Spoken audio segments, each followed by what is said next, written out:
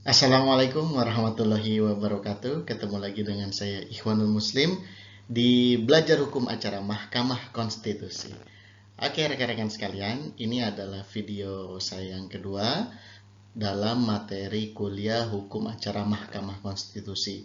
Setelah sebelumnya, pada video sebelumnya saya mengulas singkat secara sederhana dan mudah-mudahan dapat dipahami dengan mudah bagaimana gagasan awal dari judicial review gitu. Bagaimana gagasan awal judicial review pada mulanya gitu. Nah, pada video kali ini saya akan membahas tentang kedudukan, fungsi dan wewenang dari Mahkamah Konstitusi itu sendiri.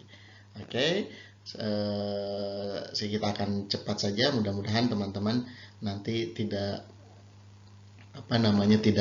tidak sulit untuk memahami dari apa yang saya sampaikan. Oke, kita lanjut.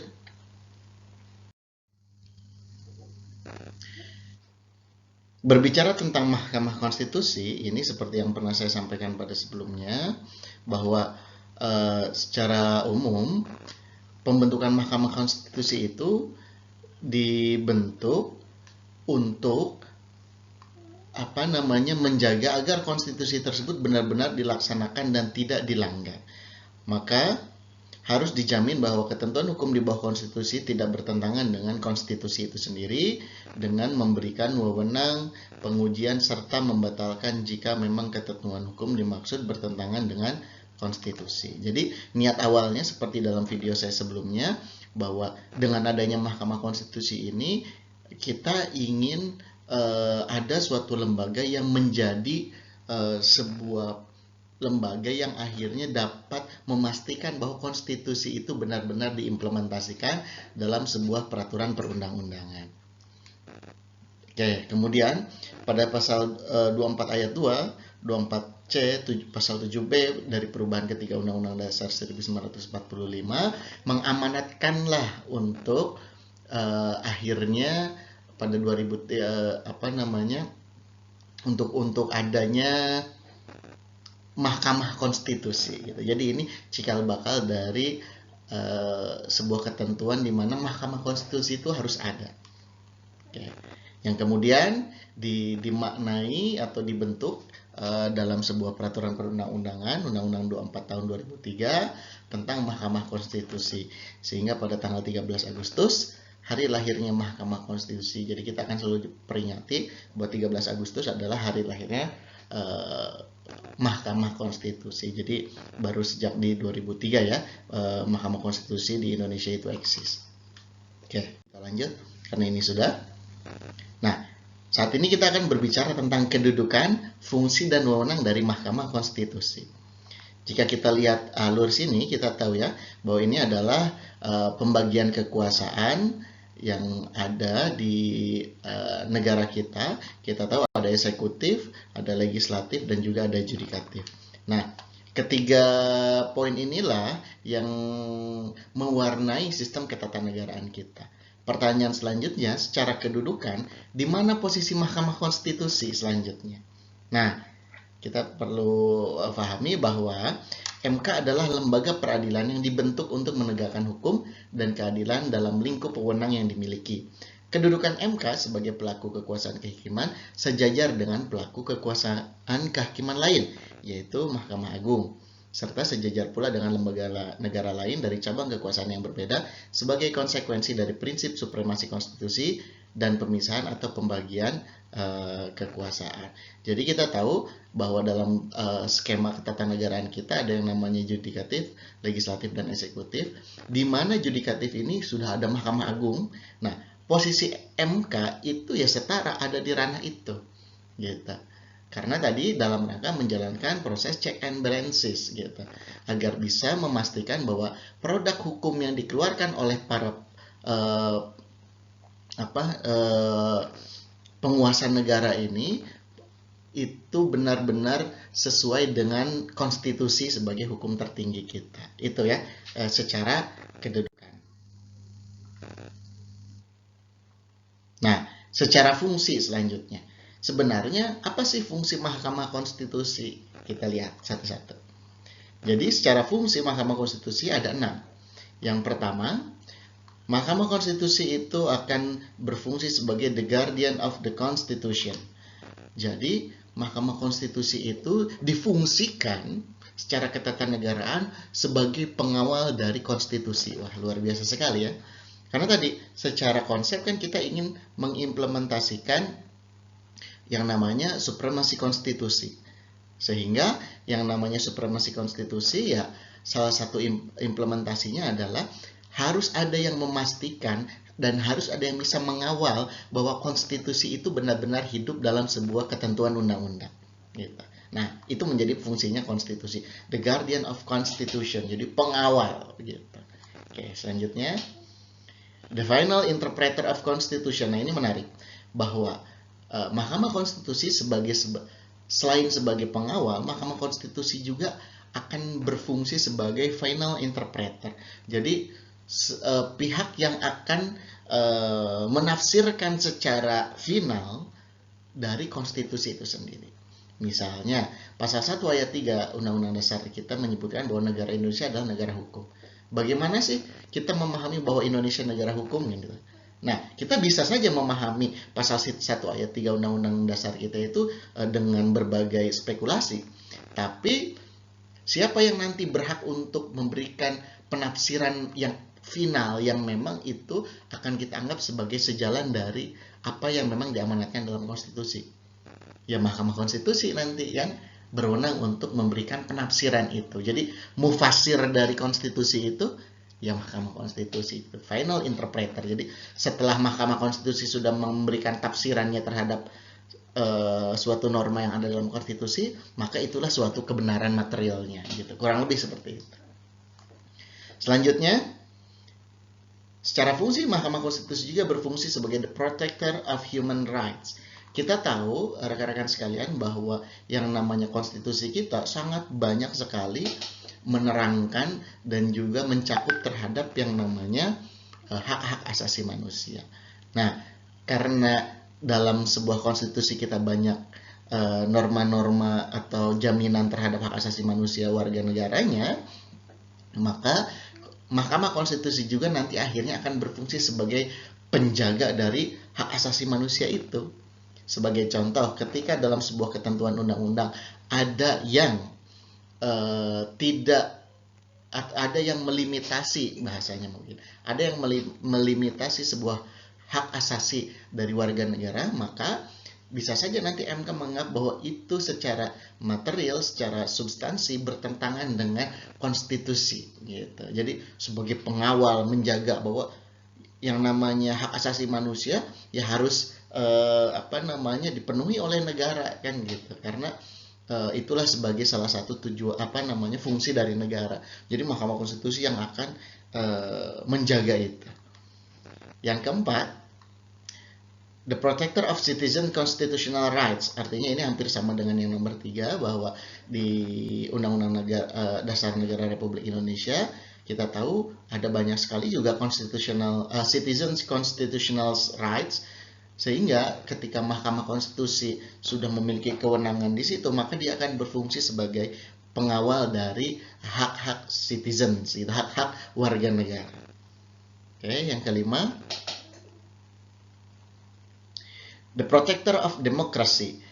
Ya, kita tahu bahwa dalam konstitusi juga dan yang kita anut di negara kita itu ya sistemnya sistem demokrasi gitu. Artinya dari rakyat untuk rakyat oleh rakyat. Artinya rakyat menjadi yang memiliki kedaulatan tertinggi. Nah, Mahkamah Konstitusi inilah yang kemudian akhirnya akan menjadi penyeimbang atmosfer demokrasi di negara kita gitu. Karena kita tahu nanti ketika berbicara wewenang, Mahkamah Konstitusi berwenang dalam menjaga demokratisasi suatu pelaksanaan dari pemilu yang memang menjadi salah satu esensi dasar dari negara yang menganut sistem demokrasi gitu. Itu menjadi penjaga gitu ya. Selanjutnya yang keenam, yang terakhir, the guardian of state ideology. Jadi kita tahu yang namanya state ideology atau sebuah ideologi negara yang memang termaktub dalam pembukaan Undang-Undang Dasar 1945 dalam pembukaannya, kita tahu bahwa Pancasila itu menjadi sebuah landasan ideologi negara kita. Jadi sebuah ideologi bangsa kita. Nah, karena memang Mahkamah Konstitusi itu menjaga, mengawal konstitusi, maka dia pun akan mengawal sebuah ideologi negara yang memang sudah kita sepakati bersama ini untuk tetap bisa diimplementasikan dan secara norma dia bisa hidup dalam sebuah peraturan perundang-undangan seperti itu. Jadi inilah 6 fungsi dari Mahkamah Konstitusi. Mudah-mudahan bisa difahami ya. Oke, selanjutnya.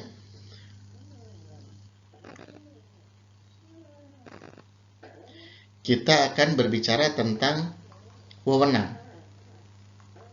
Oke. Apa saja sebenarnya wewenang Mahkamah Konstitusi? Berdasarkan pasal 24C Undang-Undang 1945 ayat 1 dan ayat 2 dikatakan bahwa Mahkamah Konstitusi memiliki wewenang dan juga kewajiban. Apa wewenangnya kita lihat?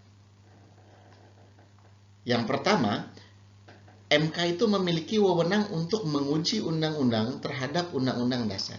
Jadi tadi karena niatnya adalah untuk mengimplementasikan konsep dari supremasi konstitusi, maka MK nanti akan berwenang untuk menguji undang-undang terhadap undang-undang dasar.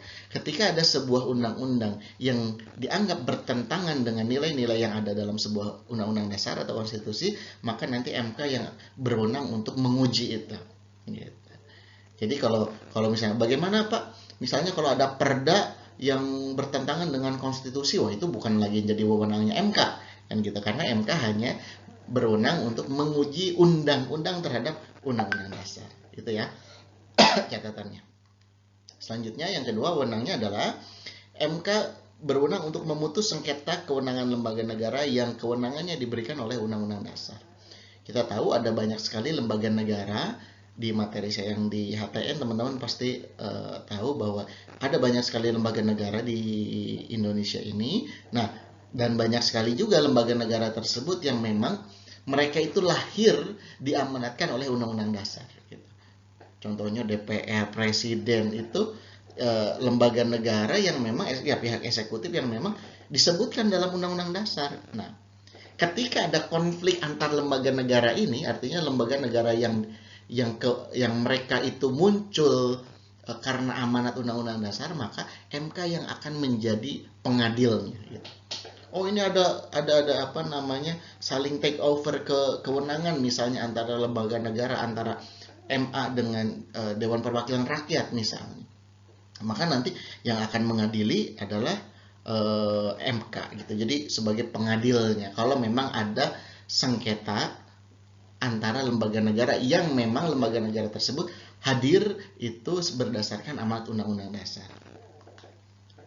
Nah, yang ketiga ini seperti yang tadi saya sampaikan bahwa MK berwenang untuk memutus pembubaran partai politik. Jadi salah satu poin yang dimiliki oleh MK secara kewenangannya adalah MK nanti yang akan memutus pembubaran partai politik gitu. Jadi kalau ada pertanyaan, kalau partai politik ingin dibubarkan, pengadilan mana yang berwenang? Ya MK yang berwenang. Tidak bisa pengadilan negeri atau bahkan MA pun tidak bisa, karena itu menjadi wewenang yang dimiliki oleh MK berdasarkan pasal 24C Undang-Undang 1945 ayat 1 dan ayat 2. Nah, kewajibannya apa? Kita lihat. Oke, satu lagi. Berwenang untuk memutus perselisihan tentang hasil pemilihan umum tadi sebagai lembaga yang berfungsi untuk mengawal demokrasi, maka ketika dalam proses demokrasi itu ada perselisihan, maka MK yang akan menjadi pengadilnya gitu. Jadi MK yang berwenang untuk memutus perselisihan tentang hasil pemilihan umum. Jadi semuanya ke MK gitu ya. Karena tadi menjaga iklim demokrasinya untuk tetap baik-baik saja di Indonesia ini. Nah, kewajibannya MK berkewajiban memberikan putusan atas pendapat DPR mengenai dugaan pelanggaran hukum yang dilakukan oleh presiden dan atau wakil presiden menurut Undang-Undang Dasar.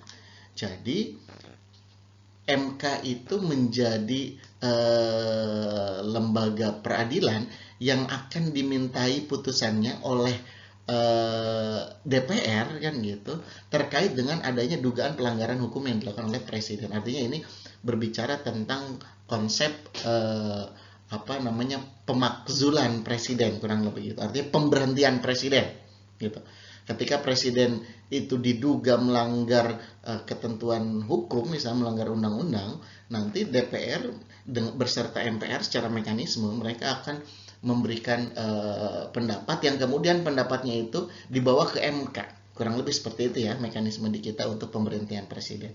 Yang nanti putusannya dikembalikan lagi ke MPR untuk mereka lah yang kemudian secara politik akan memutuskan apakah presiden itu diberhentikan atau tidak. Seperti itu. Jadi kewajiban ketika dimintakan bagaimana nih, apakah presiden itu melanggar hukum, melanggar undang-undang atau tidak, nanti MK yang berwenang.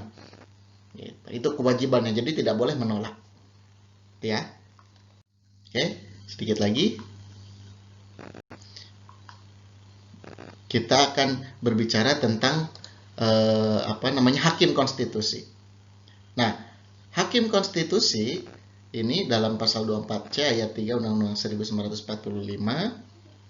Mahkamah Konstitusi mempunyai 9 orang anggota hakim konstitusi yang ditetapkan oleh presiden. Nah, ingat, oleh presiden, yang diajukan masing-masing 3 oleh Mahkamah Agung dan 3 orang oleh Dewan Perwakilan Rakyat dan 3 orang oleh presiden. Jadi MK itu akan punya 9 hakim, 9 pengawal konstitusi, kurang lebih gitu.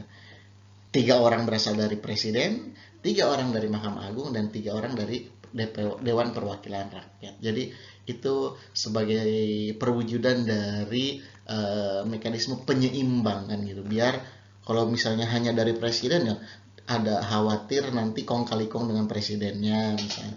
Kalau hanya dari MA ya nanti dirasa tidak bisa memberikan representasi dari presiden dan juga DPR gitu. Makanya ini ada tiga perwakilan itu.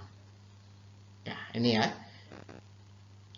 Ada 9, 1, 2, 3, 4, 5, 6, 7, 8, 9. Oke. Nah, siapa saja hakim konstitusi saat ini? Kita lihat. Nah, teman-teman perlu tahu. Ada Dr. Anwar Usman, SHMH. Ini ketua MK saat ini ya. Lalu ada Profesor Dr. Aswanto, SHMSI. Lalu ada Dr. Manhan MP Sitompul. Nah, ini saya berikan warna-warna berbeda, ada yang putih, ada yang kuning, ada yang hitam, nanti maksudnya di belakangnya. Lalu ada Prof. Eni, ini Profesor Dr. Eni Nurbaningsi, SHM Hum. Lalu ada Prof. Dr. Arif Hidayat, SHMS. Lalu ada Dr. Suhartoyo, SHMH. Lalu ada Dr. Wahidudin Adams dan Prof. Saldi Isra. Dan yang terakhir ada Dr. Daniel Yusmik Pancastakin. Nah, ini hakim yang terbaru ini ya. Jadi yang baru diangkat di tahun 2020 kalau saya tidak salah. Nah, inilah kemudian para pengawal konstitusi yang saat ini sedang bertugas gitu. Nah, lalu apa Pak maksudnya? Ada yang warna putih, ada yang kuning, ada yang hitam. Nah, kita lihat. Seperti yang telah saya sampaikan bahwa hakim MK itu terdiri dari 3 golongan kurang lebih gitu. Ada golongan Mahkamah Agung, artinya orang-orang yang dipilih dari Mahkamah Agung. Ada golongan presiden, artinya orang-orang yang dipilih oleh presiden. Dan ada golongan dari DPR, orang-orang yang dipilih oleh DPR gitu. Nah, yang putih itu, nah ini keterangannya, yang putih itu adalah mereka yang memang merupakan hakim-hakim yang dipilih atau menjadi perwakilan dari Mahkamah Agung. Nah, kalau yang warna hitam itu mereka adalah hakim-hakim yang merupakan diutus oleh presiden, artinya orang-orang terpilih dari presiden langsung. Gitu. Dan yang warna kuning, mereka adalah orang-orang yang dipilih oleh anggota dewan, gitu, oleh DPR, oleh badan legislatif kita. Gitu. Nah, ketiga elemen inilah yang kemudian membentuk menjadi satu, menjadi hakim konstitusi, menjadi pengawal demokrasi, pengawal konstitusi, dan juga sebagai the final interpreter of the constitution di negara kita. Seperti itu. Oke, terkait dengan kedudukan, fungsi, dan wewenang Mahkamah Konstitusi, saya rasa cukup. Kita ketemu lagi di materi selanjutnya. Ciao.